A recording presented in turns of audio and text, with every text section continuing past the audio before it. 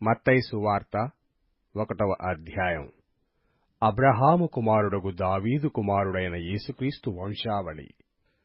అబ్రహాము ఇస్సాకును కనెను, ఇస్సాకు యాకోబును గనెను, యాకోబు యూదాను అతని అన్నదమ్ములను కనెను. యూదా తామారునందు పెరెసును జెరహును కనెను. పెరెసు ఎస్రోమును కనెను, ఎస్రోము అరామును కనెను, అరాము అమ్మినాదాబును కనెను, అమ్మినాదాబు నయసోనును కనెను, నయసోను షల్మానును కనెను, షల్మాను రాహాబునందు బోయజును కనెను, బోయజు రూతునందు ఓబేదును కనెను, ఓబేదు యెషయిని కనెను, యెషయి రాజైన దావీదును కనెను. ఊరియా భార్యగా నుండిన ఆమెయందు దావీదు సొలొమోనును కనెను. సొలొమోను రెహబామును కనెను, రెహబాము అబీయాను కనెను, అబీయా ఆసాను కనెను, ఆసా యెహోషాపాతును కనెను, యెహోషాపాతు యెహోరామును కనెను, యెహోరాము ఉజ్జియాను కనెను, ఉజ్జియా యోతామును కనెను, యోతాము ఆహాజును కనెను, ఆహాజు హిజ్కియాను కనెను, హిజ్కియా మనష్షేను కనెను, మనష్షే ఆమోనును కనెను, ఆమోను యోషీయాను కనెను. యూదులు బబులోనుకు కొనుపోబడిన కాలములో యోషీయా యెకొన్యాను అతని సహోదరులను కనెను. బబులోనుకు కొనుపోబడిన తరువాత యెకొన్యా షయల్తీయేలును కనెను, షయల్తీయేలు జెరుబ్బాబెలును కనెను, జెరుబ్బాబెలు అబీహూదును కనెను, అబీహూదు ఎల్యాకీమును కనెను, ఎల్యాకీము అజోరును కనెను, అజోరు సాదోకును కనెను, సాదోకు ఆకీమును కనెను, ఆకీము ఎలీహూదును కనెను, ఎలీహూదు ఎలియాజరును కనెను, ఎలియాజరు మత్తానును కనెను, మత్తాను యాకోబును కనెను, యాకోబు మరియా భర్తయైన యోసేపును కనెను. ఆమెయందు క్రీస్తు అనబడిన యేసు పుట్టెను. ఇట్లు అబ్రహాము మొదలుకొని దావీదు వరకు తరములన్నీయు 14 తరములు. దావీదు మొదలుకొని యూదులు బబులోనుకు కొనుపోబడిన కాలం వరకు 14 తరములు. బబులోనుకు కొనుపోబడినది మొదలుకొని క్రీస్తు వరకు 14 తరములు. యేసుక్రీస్తు జనన విధి మెట్లనగా ఆయన తల్లి అయిన మరియ యోసేపునకు ప్రదానము చేయబడిన తరువాత వారేకము కాకమునుపు ఆమె పరిశుద్ధాత్మ వలన గర్భవతిగా నుండెను. ఆమె భర్తయైన యోసేపు నీతిమంతుడైయుండి ఆమెను అవమానపరచనొల్లక రహస్యముగా ఆమెను విడనాడ ఉద్దేశించెను. అతడు ఈ సంగతులను గూర్చి ఆలోచించుకొనుచుండగా, ఇదిగో, ప్రభువు దూత స్వప్నమందు అతనికి ప్రత్యక్షమై, దావీదు కుమారుడు అయిన యోసేపు, నీ భార్యయైన మరియను చేర్చుకొనుటకు భయపడకము. ఆమె గర్భమును ధరించినది పరిశుద్ధాత్మ వలన కలిగినది. ఆమె యొక్క కుమారుని కనును. తన ప్రజలను వారి పాపముల నుండి ఆయనే రక్షించును గనక ఆయనకు యేసు అను పేరు పెట్టుదవనెను. ఇదిగో, కన్యక గర్భవతి అయి కుమారుని కనును, ఆయనకు ఇమ్మానుయేలను పేరు పెట్టుదురు అని ప్రభువు తన ప్రవక్త ద్వారా పలికిన మాట నెరవేరునట్లు ఇదంతయు జరిగెను. ఇమ్మానుయేలను పేరునకు భాషాంతరమున దేవుడు మనకు తోడని అర్థము. యోసేపు నిద్ర మేలుకుని ప్రభువు దూత తనకు ఆజ్ఞాపించిన ప్రకారము చేసి తన భార్యను చేర్చుకొని ఆమె కుమారుని కనువరకు ఆమెను ఎరగకుండెను. అతడు ఆ కుమారునికి యేసు అను పేరు పెట్టెను. మత్తయి సువార్త 2వ అధ్యాయం. రాజైన హేరోదు దినములయందు యూదయ దేశపు బెత్లెహేములో యేసు పుట్టిన పిమ్మట, ఇదిగో, తూర్పు దేశపు జ్ఞానులు యెరూషలేమునకు వచ్చి, యూదుల రాజుగా పుట్టినవాడెక్కడనున్నాడు? తూర్పు దిక్కున మేము ఆయన నక్షత్రము చూచి ఆయనను పూజింపవచ్చితిమని చెప్పిరి. హేరోదు రాజు ఈ సంగతి విన్నప్పుడు అతడును అతనితో కూడా యెరూషలేము వారందరూ కలవరపడిరి. కాబట్టి రాజు ప్రధాన యాజకులను, ప్రజలలో నుండు శాస్త్రులను అందరినీ సమకూర్చి క్రీస్తు ఎక్కడ పుట్టునని వారినడిగెను. అందుకు వారు, యూదయ బెత్లెహేములోనే. ఏలయనగా, యూదయ దేశపు బెత్లెహేమా, నీవు యూదా ప్రధానులలో ఎంతమాత్రమును అల్పమైన దానవు కావు. ఇజ్రాయేలును నా ప్రజలను పరిపాలించు అధిపతి నీలో నుండి వచ్చును అని ప్రవక్త ద్వారా రాయబడియున్నదనిరి. అంతటా హేరోదు ఆ జ్ఞానులను రహస్యముగా పిలిపించి ఆ నక్షత్రము కనబడిన కాలము వారి చేత పరిష్కారముగా తెలుసుకొని, మీరు వెళ్లి ఆ శిశువు విషయమై జాగ్రత్తగా విచారించి తెలుసుకొనగానే నేనునూ వచ్చి ఆయనను పూజించున్నట్లు నాకు వర్తమానము తెండని చెప్పి వారిని బెత్లెహేమునకు పంపెను. వారు రాజు మాట విని బయలుదేరిపోవుచుండగా, ఇదిగో, తూర్పుదేశమున వారు చూచిన నక్షత్రము ఆ శిశువు ఉండిన చోటికి మీదుగా వచ్చి నిలుచు వరకు వారికి ముందుగా నడిచెను.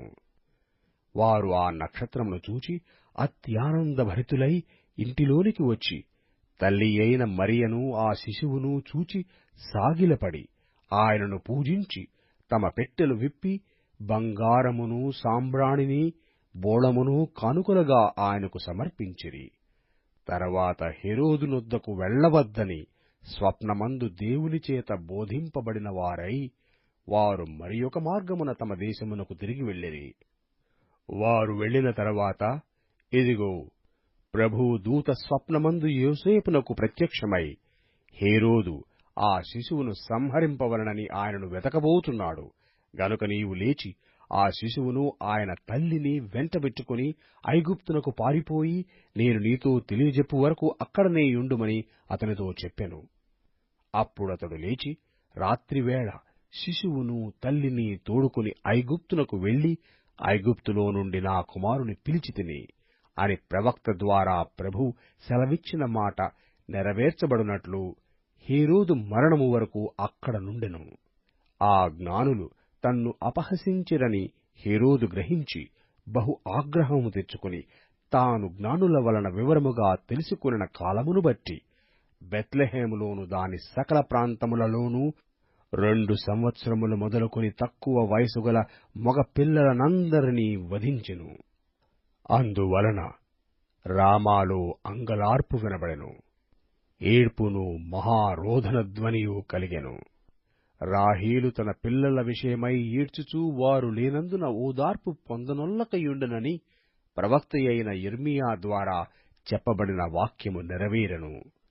హేరోదు చనిపోయిన తరువాత ఇదిగో, ప్రభువు దూత ఐగుప్తులో యోసేపునకు స్వప్నమందు ప్రత్యక్షమై, నీవు లేచి శిశువును తల్లిని తోడుకొని ఇజ్రాయేలు దేశమునకు వెళ్ళుము, శిశువు ప్రాణము తీయదూచుచుండిన వారు చనిపోయిరని చెప్పెను. అప్పుడతడు లేచి శిశువుని తల్లిని తోడుకుని ఇజ్రాయేలు దేశమునకు వచ్చెను. అయితే అర్కెలాయా తన తండ్రి అయిన హెరోదునకు ప్రతిగా యూదయు దేశము ఏలుచున్నాడని విని అక్కడికి వెళ్లవెరచి స్వప్నమందు దేవుని చేత బోధింపబడిన వాడై గలిలయ ప్రాంతములకు వెళ్లి నజరేతను ఊరికి వచ్చి అక్కడ కాపురముండెను. ఆయన నజరేయుడనబడునని ప్రవక్తలు చెప్పిన మాట నెరవేరునట్లు ఇలాగు జరిగెను.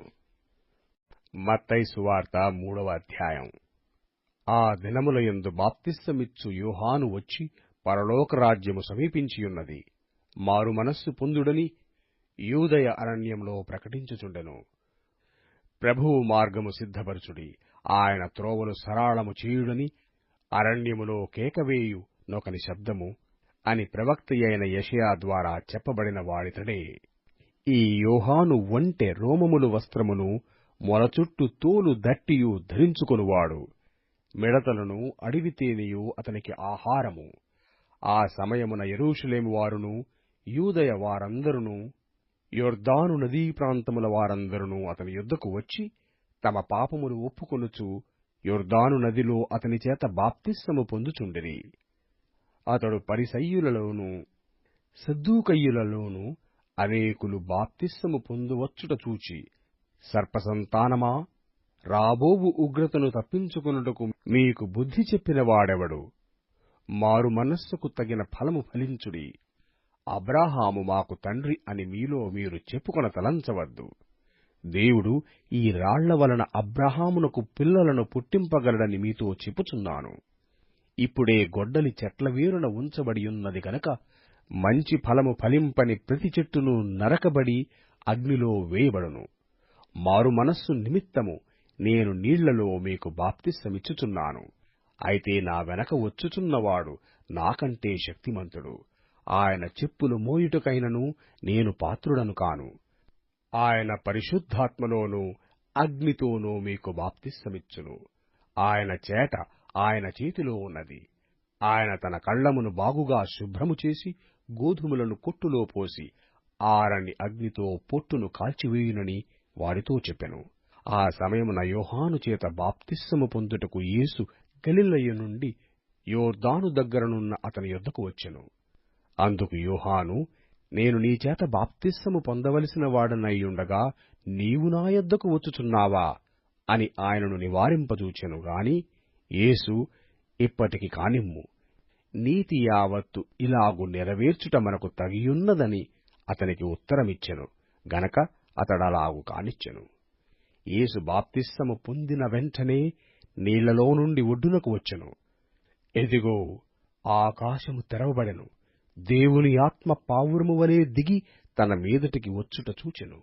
మరియు ఇదిగో, ఈయనే నా ప్రియకుమారుడు, ఈయన యందు నేనానందించుచున్నానని ఒక శబ్దము ఆకాశము నుండి వచ్చెను. మత్తయి సువార్త 4వ అధ్యాయం. అప్పుడు యేసు అపవాది చేత శోధింపబడుటకు ఆత్మ వలన అరణ్యమునకు కొనిపోబడెను. 40 దినములు 40 రాత్రులు ఉపవాసముండిన పిమ్మట ఆయన ఆకలిగొనగా ఆ శోధకుడు ఆయన యొద్దకు వచ్చి, నీవు దేవుని కుమారుడవైతే ఈ రాళ్లు రొట్టెలగునట్లు ఆజ్ఞాపించుమనెను. అందుకాయన, మనుష్యుడు రొట్టె వలన మాత్రము కాదుగాని దేవుని నోటి నుండి వచ్చు ప్రతి మాట వలనను జీవించును అని రాయబడియున్నదనెను. అంతట అపవాది పరిశుద్ధ పట్టణమునకు ఆయనను తీసుకునిపోయి దేవాలయ శిఖరమున ఆయనను నిలవబెట్టి, నీవు దేవుని కుమారుడవైతే క్రిందకి దుముకుము, ఆయన నిన్ను గూర్చి తన దూతలకాజ్ఞాపించును, నీ పాదమెప్పుడైనను రాతికి తగలకుండా వారు నిన్ను చేతులతో ఎత్తికొందురు అని రాయబడియున్నదని ఆయనతో చెప్పెను. అందుకు యేసు, ప్రభువైన నీ దేవుని నీవు శోధింపవలదని మరియొకచోట రాయబడియున్నదని వానితో చెప్పెను. మరల అపవాది మిగుల ఎత్తైన ఒక కొండ మీదకి ఆయనను తోడుకునిపోయి ఈ లోకరాజ్యములన్నిటినీ వాటి మహిమను ఆయనకు చూపి, నీవు సాగిలపడి నాకు నమస్కారము చేసిన ఎడల వీటినన్నిటినీ నీకిచ్చెదనని ఆయనతో చెప్పగా, యేసు వానితో, సాతానా పొమ్ము, ప్రభువైన నీ దేవునికి మొక్కి ఆయనను మాత్రము సేవింపవలెను అని రాయబడియున్నదనెను. అంతట అపవాది ఆయనను విడిచిపోగా, ఇదిగో, దేవదూతలు వచ్చి ఆయనకు పరిచర్య చేసిరి. యోహాను చెరపట్టబడెనని యేసు విని గలిలయకు తిరిగి వెళ్లి నజరేతు విడిచి జెబూలూను నఫ్తాలి అను ప్రదేశముల ప్రాంతములలో సముద్ర తీరమందలి కపెర్నహూమునకు వచ్చి కాపురముండెను. జెబూలూను దేశమును నఫ్తాలి దేశమును యోర్దానుకు ఆవలనున్న సముద్ర తీరమున అన్యజనులు నివసించు గలిలయయు చీకటిలో కూర్చుండియున్న ప్రజలను గొప్ప వెలుగు చూచిరి. మరణ ప్రదేశములోనున్న మరణఛాయలోనూ కూర్చుండియున్న వారికి వెలుగు ఉదయించెను అని ప్రవక్తయైన యెషయా ద్వారా పలుకబడినది నెరవేరునట్లు ఇలాగు జరిగెను. అప్పటి నుండి యేసు పరలోక రాజ్యము సమీపించియున్నది గనుక మారుమనస్సు పొందుడని చెప్పుచూ ప్రకటింప మొదలుపెట్టెను. యేసు గలిలయ సముద్ర తీరమున నడుచుచుండగా పేతురనబడిన సిమోను అతని సహోదరుడైన అంద్రేయ అను 2 సహోదరులు సముద్రములో వలవేయుట చూచెను. వారు జాలరులు. ఆయన, నా వెంబడి రండి, నేను మిమ్మును మనుష్యులను పట్టు జాలరులనుగా చేతునని వారితో చెప్పెను. వెంటనే వారు తమ వలలు విడిచిపెట్టి ఆయనను వెంబడించిరి. ఆయన అక్కడ నుండి వెళ్లి జెబెదయి కుమారుడైన యాకోబు, అతని సహోదరుడైన యోహాను అను మరియిద్దరు సహోదరులు తమ తండ్రి అయిన జెబెదయి యొద్ద దోనెలో తమ వలలు బాగుచేసుకొనుచుండగా చూచి వారిని పిలిచెను. వెంటనే వారు తమ దోనెను తమ తండ్రిని విడిచిపెట్టి ఆయనను వెంబడించిరి. యేసు వారి సమాజ మందిరములలో బోధించుచు దేవుని రాజ్యమును గూర్చిన సువార్తను ప్రకటించుచు ప్రజలలోని ప్రతి వ్యాధిని రోగమును స్వస్థపరచుచు గలిలయందంతటా సంచరించెను. ఆయన కీర్తి సిరియా దేశమంతటా వ్యాపించెను. నానావిధములైన రోగముల చేతను వేదనల చేతను పీడింపబడిన వ్యాధిగ్రస్తులందరినీ, దయ్యము పట్టిన వారిని, చాంద్రరోగులను, పక్షవాయువు గలవారిని వారు ఆయన వద్దకు తీసుకుని రాగా ఆయన వారిని స్వస్థపరచెను. గలిలయ, దెకపోలి, యెరూషలేము, యూదయ ప్రదేశముల నుండియు, యొర్దానునకు అవతల నుండియు బహుజన సమూహములు ఆయనను వెంబడించెను. మత్తయి సువార్త 5వ అధ్యాయం. ఆయన ఆ జనసమూహములను చూచి కొండ ఎక్కి కూర్చుండగా ఆయన శిష్యులాయన యొద్దకు వచ్చిరి. అప్పుడాయన నోరు తెరిచి ఇలాగు బోధింపసాగెను. ఆత్మ విషయమై దీనులైన వారు ధన్యులు, పరలోకరాజ్యము వారిది. దుఃఖపడువారు ధన్యులు, వారు ఓదార్చబడుదురు. సాత్వికులు ధన్యులు, వారు భూలోకమును స్వతంత్రించుకొందురు. నీతి కొరకు ఆకలి దప్పులు గలవారు ధన్యులు, వారు తృప్తిపరచబడుదురు.